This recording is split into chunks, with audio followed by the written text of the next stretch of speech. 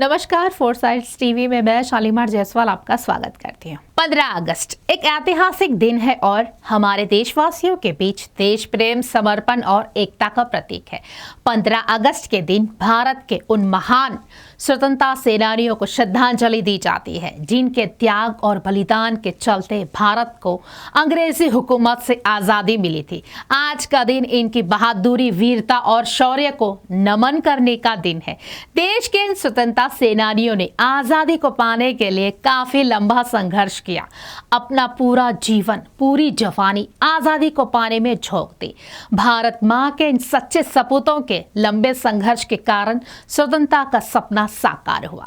15 अगस्त 1947 का जिक्र होते ही गर्व से हर भारतीय का सीना चौड़ा हो उठता है।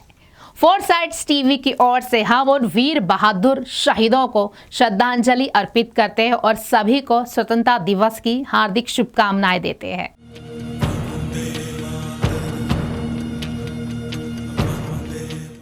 आज बाबा साहेब को देश का बच्चा बच्चा जानता है और उन्हें अपना आदर्श मानता है। शायद कई लोगों को उनके धर्म के बारे में जानकारी नहीं है।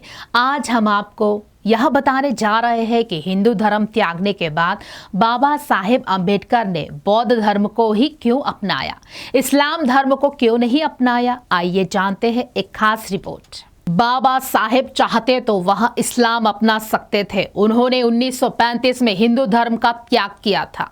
उसके बाद 21 वर्षों तक वह सभी धर्मों के बारे में अध्ययन करते रहे। इस दौरान उन्होंने इस्लाम के बारे में भी काफी जानकारी हासिल की, जिसका वर्णन उन्होंने अपनी किताबों में भी किया है। मुसलमानों को लेकर बाबा साहेब क्या सोच रखते थे? बाबा साहेब बहुजनों पर हो रहे अत्याचार से आहत थे। ऐसे में वह ऐसा धर्म चाहते थे जिसमें कहीं भी ऊंच नीच का कोई भाव नहीं हो, वहां देश के लिए खतरा ना हो। इसीलिए उन्होंने हिंदू धर्म त्यागने के 21 वर्षों के बाद 1956 में बौद्ध धर्म को अपनाया था।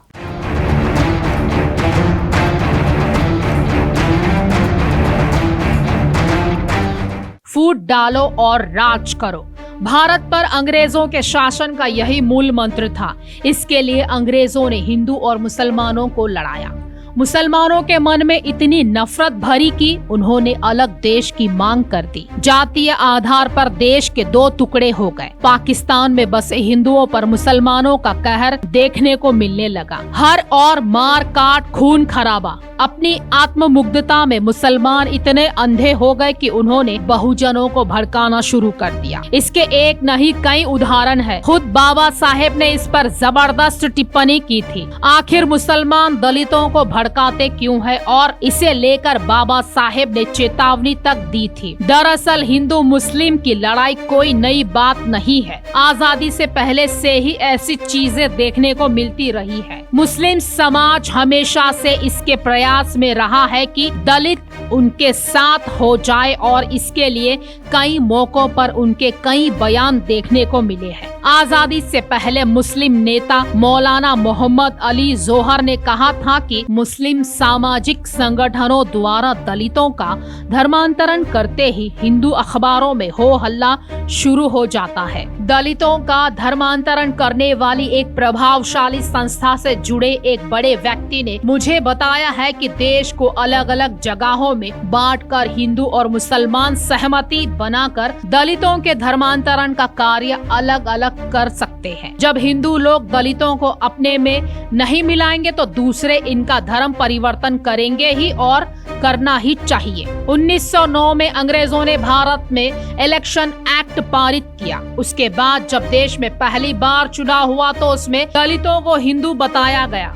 इसे लेकर भी मुस्लिम समाज की ओर से आपत्ति जताई गई थी। वहीं हमारे बाबा साहेब की सोच इस मामले पर बिल्कुल अलग थी। बाबा साहेब ने कहा था कि अगर दलितों को समान अधिकार नहीं मिलेगा तो वे हिंदुओं के खिलाफ हो जाएंगे, जिसका फायदा मुस्लिम उठा लेंगे। वे दलितों का धर्म परिवर्तन कर मुस्लिमों की संख्या बढ़ाने की कोशिश करेंगे, जो हमारे देश के भविष्य के लिए सही नहीं होगा। बाबा साहेब ने चेतावनी दी थी कि आगे जाकर जातिवाद का असर बहुत बुरा होगा और वही हो रहा है। पिछले काफी समय से पूरे देश भर से दलितों के धर्म परिवर्तन के मामले सामने आ रहे हैं, जिनमें से ज्यादातर दलित इस्लाम अपना रहे हैं। बाबा साहेब ने कहा था कि दलितों के धर्म परिवर्तन से क्या प्रभाव पड़ेगा, यह ध्यान देने लायक है। अगर दलित मुस्लिम या ईसाई बने तो वे अंतर्राष्ट्रीय हो जाएंगे। अगर वो मुस्लिम बने तो मुस्लिमों की संख्या 2 गुनी हो जाएगी और ईसाई बने तो उनकी संख्या 4 से 5 करोड़ हो जाएगी। इसका नतीजा यह होगा कि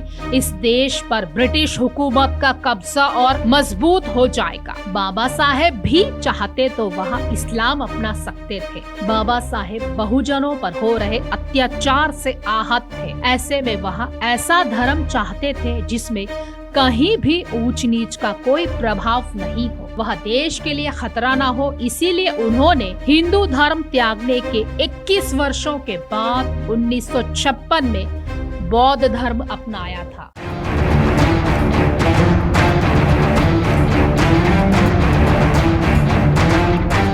इसी तरह खास खबरों के लिए देखते रहिए फोरसाइट्स टीवी।